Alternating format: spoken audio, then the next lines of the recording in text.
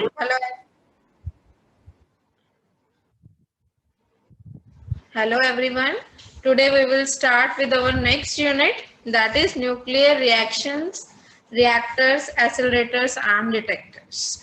So in the today's class, we will study about nuclear reactions, type of nuclear reaction, types of nuclear reaction, conservation laws in nuclear reaction and Q value of reaction. So let's start with nuclear reaction.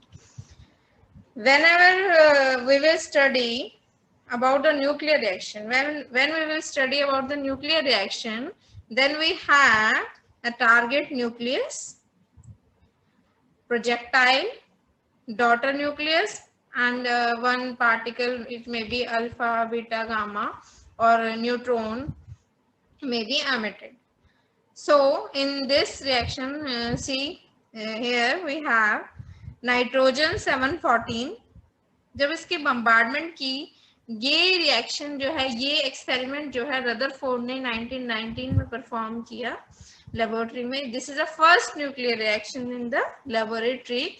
उसने क्या क्या लिया, nitrogen 714 को bombard किया किससे, alpha particle से. तो यहाँ पे टारगेट न्यूक्लियस क्या हो गया, नाइट्रोजन 714, और यहाँ पे अल्फा पार्टिकल किसकी तरह एक्ट करेगा, helium 24, that is projectile.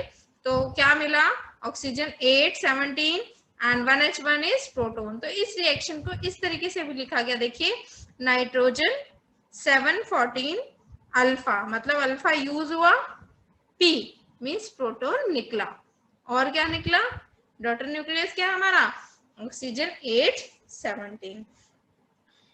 Similarly, another example of the nuclear reaction is we can write this reaction in the form X plus A equivalent to gives Y plus B. Here X is target nucleus, A is projectile, Y is product nucleus, and B here is outgoing particles. And it can be represented as X bracket A comma B Y. Now types of nuclear reactions. अब nuclear reaction किस किस type से हो सकती है. पहला है elastic scattering. Elastic से नाम, इलास्टिक वर्ड का मतलब होता है कि कोई लॉस नहीं होगा एनर्जी का, कंजर्व रहेगी एनर्जी. ठीक है. तो in this type of nuclear reaction, incident particle when strike with the target nucleus. Incident particle यहाँ क्या है, यहाँ पे देखिए एग्जांपल में helium 24 means alpha particle. Target nucleus क्या है, गोल्ड फॉइल, जो कि रदरफोर्ड एक्सपेरिमेंट था हमारा. इसके अंदर हमें क्या मिला, अगेन गोल्ड प्लस हीलियम. अगर मैं देखूं तो रिएक्टेंट और प्रोडक्ट साइड दोनों साइड क्या है, सेम. हमें जो डॉटर की फॉर्म में मिला, सेम एलिमेंट वापस से मिल गया. या यहाँ पे अगर मैं बात करूं, गोल्ड लिया था, गोल्ड ये हमें वापस से मिल गया. तो ऐसी रिएक्शन जो सेम होती है, जिनके रिएक्टेंट और प्रोडक्ट साइड क्या होती है, सेम होती है, इस टाइप की न्यूक्लियर रिएक्शंस को हम क्या कहते हैं, elastic scattering. Next is inelastic scattering. The word inelastic scattering means kinetic energy is not conserved. तो अगर मैं इसका एग्जांपल लूं, here we have example lithium 37 plus 1H1. अब जब लिथियम की बम्बार्डमेंट की जाती है प्रोटॉन के साथ, तो जो उसके बाद हमें डॉटर न्यूक्लियस मिलता है. ठीक है, देखो मिला हमें यहाँ पे सेम लिथियम मिला और 1H1 मिला, लेकिन यहाँ पे जो लिथियम मिलता है ये एक्साइटेड स्टेट में मिलता है.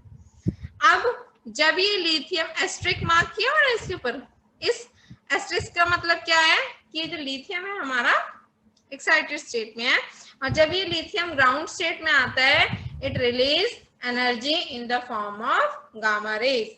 So this type of reaction is known as inelastic scattering reaction.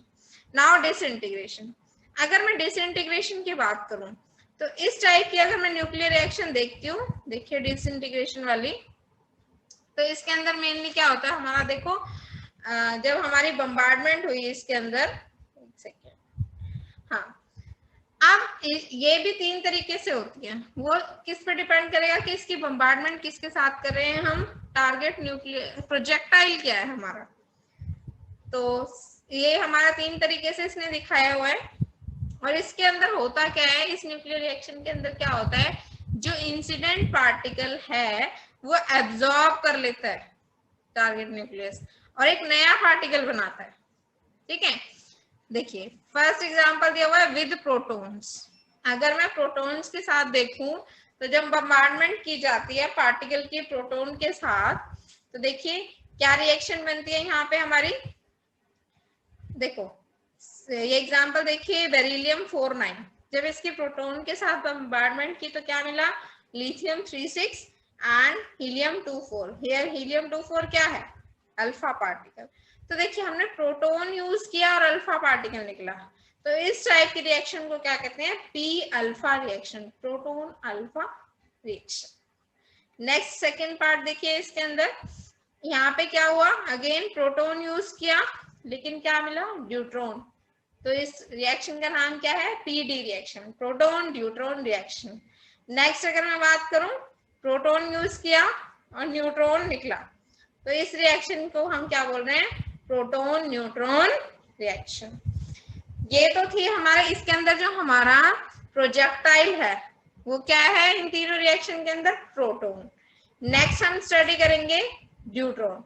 अगर ड्यूट्रॉन को एज अ प्रोजेक्टाइल यूज करते हैं तो किस किस टाइप की रिएक्शन बनती है, तो देखिए कैसे, डी अल्फा डीपी डीएन कैसे बनती है। लिथियम 36 लिया, इसको ड्यूट्रॉन के साथ बम्बार्डमेंट की तो देखिए हमें मिला हीलियम 24 हीलियम 2, मतलब ड्यूट्रॉन किस और अल्फा पार्टिकल। इनिशियली हमने ड्यूट्रॉन यूज किया और निकला क्या, अल्फा पार्टिकल।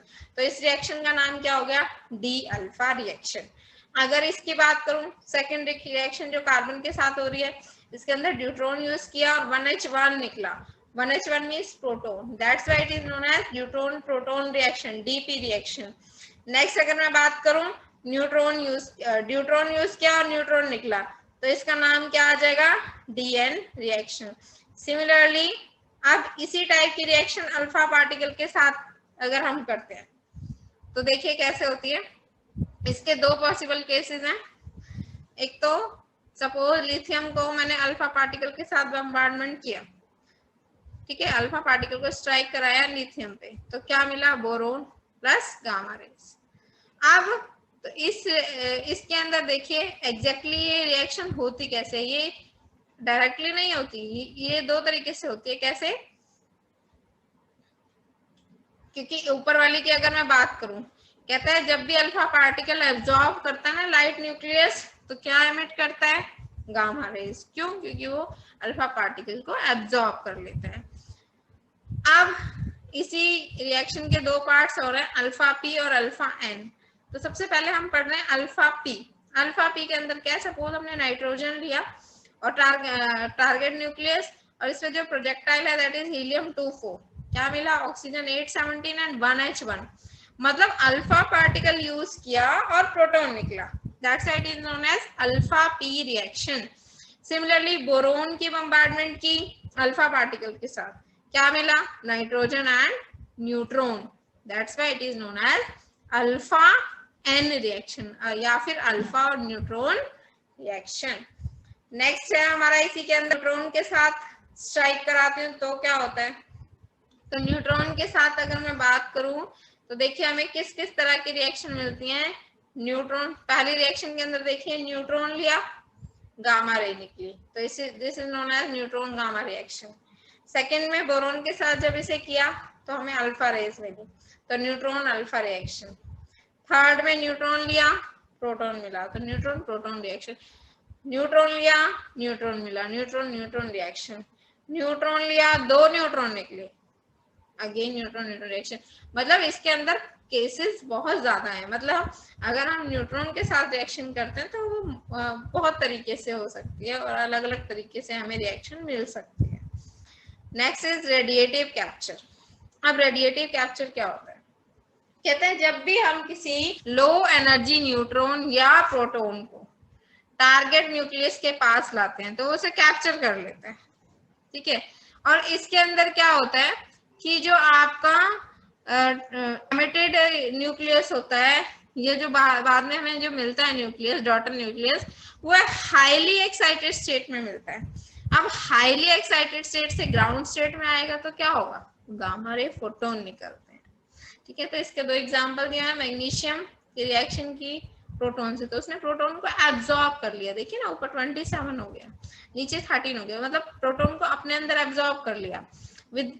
और जो ये एल्यूमिनियम आता है ये हाईली एक्साइटेड स्टेट में होता है, एक्साइटेड स्टेट में जब ये ग्राउंड स्टेट में आता है तो क्या प्रोड्यूस करता है, gamma rays. Similarly carbon, carbon की रिएक्शन प्रोटॉन के साथ हुई, क्या मिला, nitrogen plus gamma rays. Here nitrogen excited state में आता है, एक्साइटेड से ग्राउंड स्टेट में आएगा तो क्या प्रोड्यूस होंगी, gamma rays. Next is photo disintegration and photo nuclear reaction. नाम से पता लग रहा है कि इसके अंदर हम एनर्जी कंज्यूम करेंगे। These reaction takes place when target nucleus is bombarded by high energy gamma photons या फिर gamma rays। कहते हैं इस रिएक्शंस को प्रोड्यूस करने के लिए जो एनर्जी है फोटोन की, that should be greater than the binding energy of outgoing particle. कहता है कि यहाँ पर जो हम गामा रेज जो इंसिडेंट फोटोन यूज करेंगे उसकी एनर्जी बहुत ज्यादा होनी चाहिए, that should be greater than the binding energy of outgoing particle. देखिए एग्जांपल लिया हमने यहाँ पे 1H2 न्यूट्रॉन की कंबाइन किया गामा रेज के साथ, तो हमें क्या मिल रहा है, 1H1 proton and a neutron. Minimum energy of gamma ray photon required to this reaction is 2.225 MeV। अब कहता है अगर मैं एल्यूमिनियम का ले रही हूँ एग्जाम्पल और गामा रेज डाल रही हूँ तो मुझे क्या मिला, magnesium and proton. This is known as photodisintegration. कहता है it should be noted that radiative capture and photodisintegration inverse process है। रेडिएटिव कैप्चर में क्या हो रहा था, ऊपर गामा रेज निकल रही थी, उल्टा था ना इसका बिल्कुल, तो ये दोनों एक दूसरे के अपोजिट है। Next is direct reaction. अब डायरेक्ट रिएक्शन क्या होती है, ऐसी रिएक्शन जिनके अंदर जो इंसिडेंट पार्टिकल है वो कोलाइड करेगा टारगेट न्यूक्लियस के साथ और क्या बनेंगे, one of the nucleus out of it is called direct reaction. इसमें से किसी एक न्यूक्लियन को बाहर निकाल देंगे तो क्या कहलाएगा, डायरेक्ट रिएक्शन। तो देखिए कैसे किया है, पोटेशियम 2040 1H1, इसने क्या किया, खुद अंदर गया, इसमें से एक निकाला, ठीक है, एक न्यूक्लियन निकाला, न्यूक्लियन मतलब ऊपर से लेना है हमें मास नंबर में से, न्यूट्रॉन प्लस न्यूक्लियन, तो इसका ऊपर का एक कम कर दिया तो ये 2 आ गया, यहाँ पे 1H2, ऊपर क्या रह गया 39। तो this type of reaction is known as direct reaction and this type of reaction is also known as pickup reaction। ठीक है, अब कहता है इस रिएक्शन के लिए क्या जरूरी है, जो डी ब्रॉगली वेवलेंथ है इंसिडेंट पार्टिकल की, that must be equal to average spacing between the nucleons in the target nucleus. Incident particle की wavelength lambda that should be या मस्ट बी इक्विवेलेंट टू, किसके इक्विवेलेंट होनी चाहिए, जो spacing है किस किस के बीच में, न्यूट्रॉन और प्रोटॉन, किसके न्यूट्रॉन और प्रोटॉन, पोटेशियम। और इसी रिएक्शन का जो इनवर्स होता है that is known as stripping reaction. इसके अंदर क्या होता है, जो प्रोजेक्टाइल है दैट कंसिस्ट ऑफ वन और more nucleons incident on the target nucleus, तो क्या करेगा, ये जो प्रोजेक्टाइल है ये लूज कर देगा और किसको दे देगा, कॉपर, मतलब पेरेंट एटम। पेरेंट एटम क्या है, कॉपर, तो कॉपर 64 बन गया, तो ऊपर वाले के opposite reaction that is known as stripping reaction. Next is fission and spallation reaction. अब फिजन रिएक्शन हमने बहुत पढ़ा है। फिजन में क्या होता है, ब्रेकिंग होती है, जब भी टारगेट न्यूक्लियस के ऊपर न्यूट्रॉन की बम्बार्डमेंट होती है।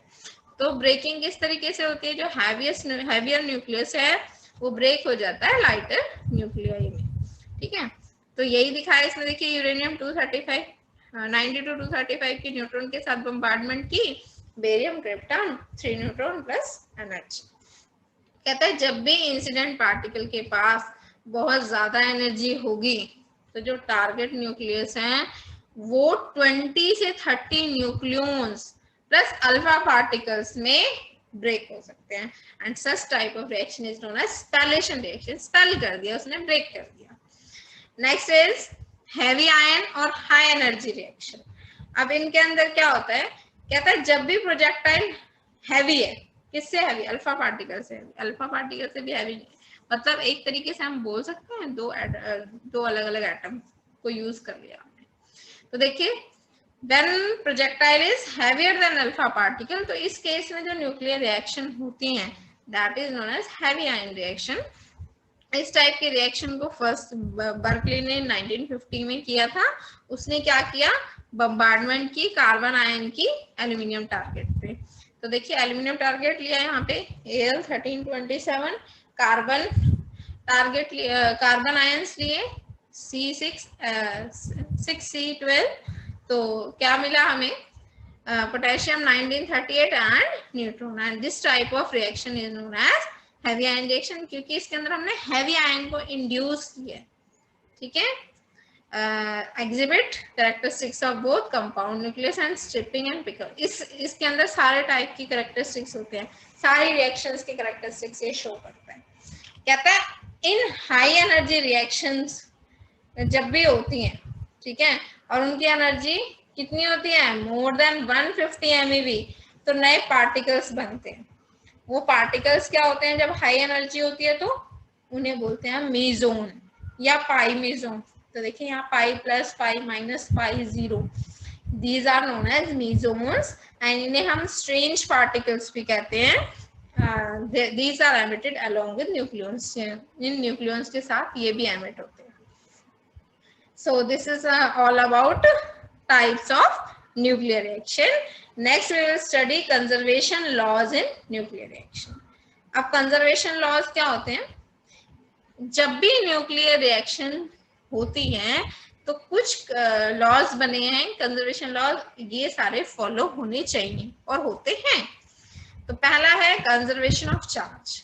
कहता है जो total charge before and after nuclear reaction है दैट शुड रिमेन सेम। तो मतलब रिएक्टेंट साइड अगर मैं चार्ज देखूं that should be equivalent to charge on product side. तो total charge on reactant side अगर मैं यहाँ पे देखूं तो 5 + 0 दैट इज 5, नीचे वाला जो एटॉमिक नंबर है वो चार्ज के बराबर ही होता है। सिमिलरली 3 + 2 5, तो total charge on reactant side and product side is equivalent to 5 units. Next is conservation of mass number. अगर मैं बात करूं मास नंबर की तो mass number should be same on the reactant and product side। ऊपर वाली equation में अगर देखूं मैं तो 10 + 1 11, ऊपर 7 + 4 अगेन 11, तो रिएक्टेंट और प्रोडक्ट साइड दोनों साइड क्या है, मास नंबर सेम है। इसका मतलब मास नंबर क्या है, कंजर्व है। Next is conservation of mass energy. कहते हैं according to Einstein also mass and energy, total energy remain conserved, or total mass energy remain same in the nuclear reaction। तो total mass energy should remain same. कहता है अगर मास खत्म होगा तो energy बनेगी और एनर्जी खत्म होगी तो मास बनेगा, दोनों वाइस वर्सा है। और इस इक्वेशन को फॉलो करते हैं that is equals to mc²। तो total mass energy which remain conserved in nuclear reaction।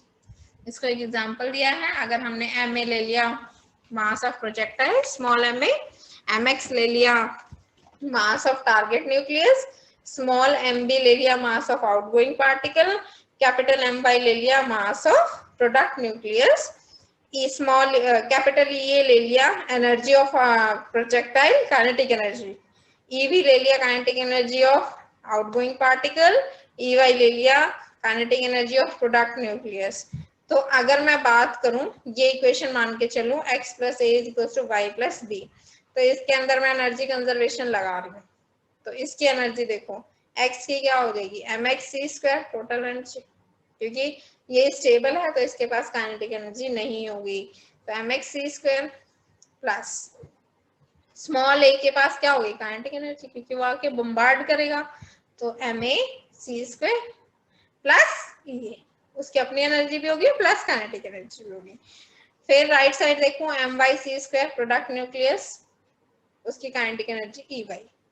फिर आउटगोइंग पार्टिकल mv(c²), उसकी एनर्जी हो गई, और काइनेटिक एनर्जी हो गई Eb।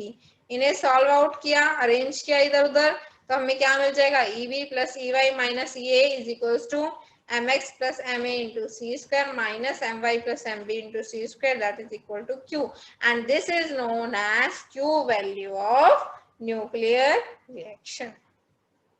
Next is conservation of linear momentum. अगर मैं बात करूं linear momentum की, तो it is also conserved before reaction and after the reaction. Similarly, conservation of angular momentum.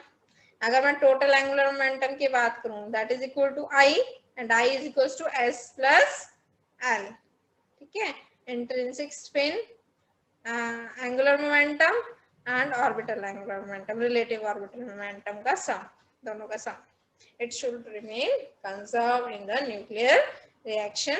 Next is conservation of spin and statistics. Spin and statistics also should remain conserved in the nuclear reaction. तो कहता है ये follow करते हैं statistics को जिनका even mass number होता है न्यूक्लियाई का, वो बोथ-आइंस्टीन स्टैटिस्टिक्स को फॉलो करते हैं, जिनका ऑड मास नंबर होता है वो फर्मी-डिराक स्टैटिस्टिक्स को फॉलो करते हैं। Next is conservation of parity. जो पैरिटी होती है न्यूक्लियर रिएक्शन की, हमने लास्ट क्लास में भी डिस्कस कर चुके हैं काफी बार पैरिटी के बारे में। तो total parity after nuclear reaction is same as the total parity before nuclear reaction. It means what? The total parity is the product of intrinsic parity of particles। जो टोटल पैरिटी होती है, अलग अलग product parity की बात करो तो उनका प्रोडक्ट हो जाती है, रिएक्टेंट साइड भी और प्रोडक्ट साइड भी। It should be noted that अगर कोई न्यूक्लियर रिएक्शन हो रही है तो वो सारे कंजर्वेशन लॉज को फॉलो करेगी। There is no violation of parity conservation noted in the nuclear reaction involving strong nuclear forces. Parity does not remain conserved in weak interaction। जहाँ weak interaction होती है वहाँ parity conserve नहीं होती, लेकिन strong interaction में हमेशा parity conserve होती है। weak interaction कहाँ होती है? जहाँ beta decay होता है। So let's start with our next topic, that is Q value of nuclear reaction। It is also again an important topic। So Q value क्या होती है हमारी? Q mainly क्या है हमारी? जो टोटल एनर्जी रिलीज या एब्जॉर्ब होती है न्यूक्लियर रिएक्शन के अंदर, that is known as Q value of nuclear reaction.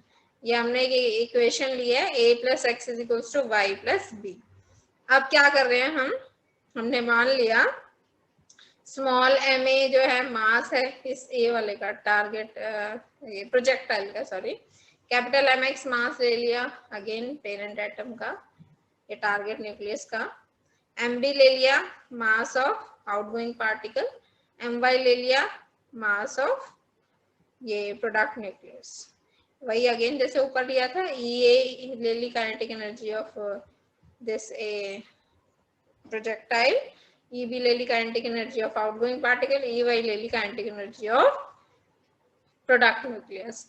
Again energy conservation लगाते हैं हम, तो मास एनर्जी कंजर्वेशन को फॉलो करेंगे। तो क्या आएगा यहाँ से हमारे पास? अगर मैं पहले x के लिए लिख रही हूँ तो mx c square, x stable है, इसकी कोई काइनेटिक एनर्जी ऐड नहीं होगी, then ma c square Ea is equals to my c square plus Ey plus mb c square Eb। जैसे मैंने ऊपर बताया था तुम्हें कि y और b के केस में एनर्जी आएगी, काइनेटिक एनर्जी आएगी। तो Q वैल्यू क्या है? Total kinetic energy of product minus total kinetic energy of reactant. Product side अगर मैं टोटल काइनेटिक एनर्जी की बात करूं तो Eb प्लस Ey, और रिएक्टेंट की साइड बात करूं तो सिर्फ क्या है? Ea। तो Eb plus Ey minus Ea। x की काइनेटिक एनर्जी 0 है ना, क्योंकि x तो रेस्ट पे होगा। नाउ यहाँ से सॉल्व किया तो Eb plus Ey minus Ea आ गया, लेकिन हम ये पहले निकाल चुके हैं। Eb प्लस Ey माइनस ये की वैल्यू क्या आई थी? mx plus ma into c square minus my plus mb into c square. वही ऊपर भी निकाला है और यहाँ से भी आप कॉमन लेके सॉल्व करके निकाल सकते हो 7.02 इक्वेशन से। अब Eb प्लस Ey माइनस ये क्या है हमारा? Q। यहाँ से देखिए 7.03 से ये क्या है, क्यों यहाँ पुट कर दिया, राइट हैंड साइड सेम। अब कहता है मैं मान लेती हूँ जो प्रोडक्ट न्यूक्लियस या आउटगोइंग पार्टिकल है वो एक पर्टिकुलर डायरेक्शन में मूव करेंगे और एंगल बनाएंगे एक्सिस के साथ। सपोज हमारा जो आउटगोइंग पार्टिकल है that is y making angle alpha with the x axis, and जो आपका ये b था हमारा, ठीक है, b जो है हमारा that is making angle beta with the x axis. अब हम क्या करेंगे, इन्हें रिजॉल्व करेंगे कंपोनेंट्स में।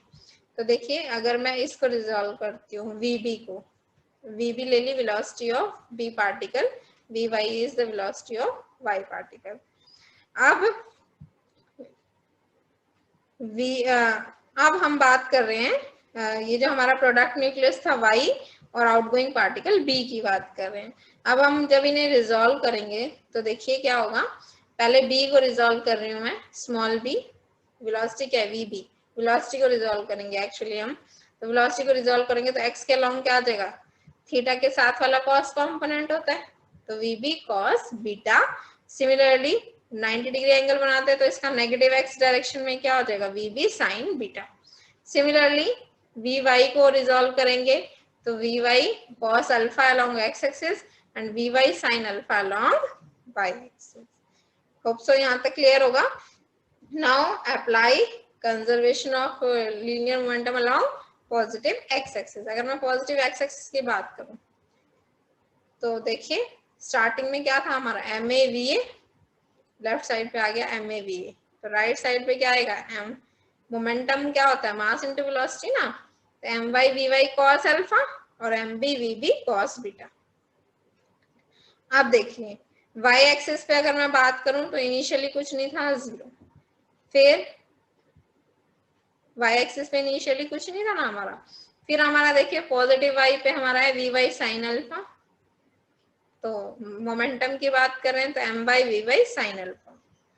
नेगेटिव में बात करें तो ये माइनस आ रहा है तो minus mb vb sin beta, mb vb sin beta.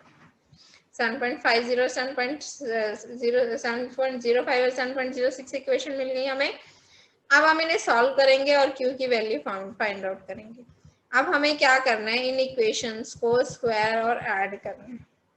तो देखिए जो हमारी इक्वेशन है 7.05 और 7.06, इन दोनों इक्वेशन की अगर मैं बात करूं तो हमारे पास देखिए क्या आएगा, पहले तो हम इसको यूज करेंगे 7.05 इक्वेशन से, हमारे पास थोड़ा सॉल्व कर रहे हैं हम इसे, तो my vy cos alpha left side पे लिया है, MAVA राइट साइड पे लिया है, माइनस mb vb, या एक काम करें MAVA को इधर रखा, इसे लेफ्ट साइड पे लेके minus mb vb cos beta हो गया।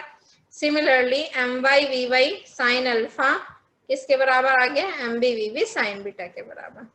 अब इन दोनों इक्वेशन को स्क्वायर और ऐड करेंगे, तो लेफ्ट साइड जब हम स्क्वायर और ऐड करेंगे तो m square v square my square vy square common आ जाएगा दोनों में से, sine square alpha plus cos square alpha 1 हो जाएगा, तो वो खत्म हो गया। अब राइट साइड देखिए ध्यान से, ऊपर वाले में अगर मैं बात करूं तो ये मैंने यहाँ सॉल्व कर रखा है नीचे, तो देखिए इसका होल स्क्वायर करेंगे तो फॉर्मूला लगाएंगे a square plus b square minus 2ab, तो ma square va square plus mb square vb square cos square beta minus 2, a की वैल्यू क्या है MAVA, b की वैल्यू क्या है mb vb cos beta. Clear है। आप 7.08 वाले को स्क्वायर ऐड करेंगे तो m square mb square vb square sine square beta. अब इन दोनों में से mb square vb square common आ जाएगा, cos square beta plus sine square beta आ जाएगा, minus 2 MAVA mb vb cos beta, cos square beta sine square beta 1 हो जाएगा, ये आ जाएगा यहाँ से। अब लेकिन काइनेटिक एनर्जी अगर मैं बात करूं EA की क्या वैल्यू होती है, हाफ mv स्क्वायर होती है, तो हाफ MAVA स्क्वायर, तो यहाँ से VA स्क्वायर की वैल्यू निकालेंगे। सिमिलरली VB की वैल्यू निकाल लेंगे, VB स्क्वायर की, VA स्क्वायर की और VB स्क्वायर की वैल्यू मिल गई हमें, और vy स्क्वायर की वैल्यू अगर मैं बात करूंगी तो हमारे पास क्या आएगी 2 EY my, हम निकाल भी सकते हैं इसको और डायरेक्टली हम ये वैल्यूज यूज करेंगे ऊपर वाली इक्वेशन में। तो जब हम इन वैल्यूज को यूज करेंगे तो हमारी जो इक्वेशन है वो क्या बन जाएगी, देखिए my² यही था, vy² की वैल्यू क्या आ गई 2ey upon my। Right side की बात करें ma², va² की वैल्यू पुट करेंगे, vb² की वैल्यू पुट करेंगे, ठीक है। va vb की निकालूंगी तो अंडर रूट आ जाएगा 2aa by ma 2eb by mb। तो इन तीनों इक्वेशन से v a vb और vy की वैल्यू पुट कर देंगे तो हमारे पास ये इक्वेशन आ जाएगी। नाउ अब हम इसे सॉल्व करना है, कुछ नहीं करना।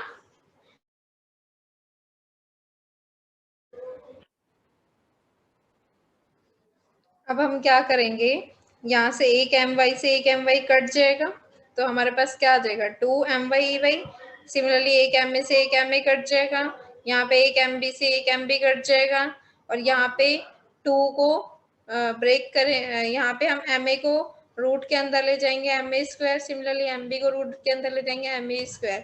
तो एक ma से एक ma कट जाएगा, एक mb से एक mb कट जाएगा और ये √2 इंटू √2 मिलकर 2 बना देगा तो 2 2 जो 4 आ जाएगा। इसे सॉल्व करेंगे we will get this equation that is 2my ey 2ea ma 2mb eb minus 4ma mb ea eb cos beta. अब यहाँ से हम ey की वैल्यू निकालेंगे और जो हमारी मेन इक्वेशन थी, अब यहाँ से हमने जब ey की वैल्यू निकाली तो 2my 2 तो कॉमन लेके लेफ्ट एंड राइट साइड से कट गया, my को राइट साइड ले जाके सबसे डिवाइड कर देंगे। अब क्या होगा, q की वैल्यू हम ऊपर निकाल चुके हैं eb plus ey minus ea। तो जो ये ey वाली वैल्यू है वो हम यहाँ पुट करेंगे तो हमारे पास eb एज इट इज लिख दिया minus ea as it is लिख दिया और ey की वैल्यू ऊपर से यहाँ हमने पुट कर दी। जो ea वाले हैं उनमें से ea कॉमन ले लिया, eb वालों में से eb कॉमन ले लिया तो हमारे पास देखिए यहाँ से क्या आएगा, ea वाले में से लेंगे तो 1 ma by my माइनस 1 और यहाँ eb कॉमन लेंगे तो mb by my प्लस 1 और ये एज इट इज आ गया। तो अब एलसीएम ले लेंगे तो क्या आएगा यहाँ पे ma minus my upon my into a eb is equal to mb plus my upon my। LCM लिया है, कुछ नहीं किया and this is known as q value of the reaction x a b y। x हमारा क्या है, हमारा target nucleus, ए क्या है प्रोजेक्टाइल, वाई हमारा क्या है डॉटर न्यूक्लियस और बी क्या है हमारा जो हमारा पार्टिकल निकल रहा है। अब कह रहा है स्पेशल केस के अंदर अगर मैंने मान लिया जो आउटगोइंग पार्टिकल है वो परपेंडिकुलरली मूव कर रहा है, मतलब बीटा की वैल्यू 90 है और कॉस 90 क्या हो जाएगा 0। तो जो हमारी इक्वेशन है क्या बन जाएगी, क्यू ई ए ये वाली टर्म एज इट इज रही, ई ए वाली ई बी वाली टर्म एज इट इज रही, कॉस बीटा वाली टर्म क्या हो जाएगी 0। So this is known as Q value of reaction.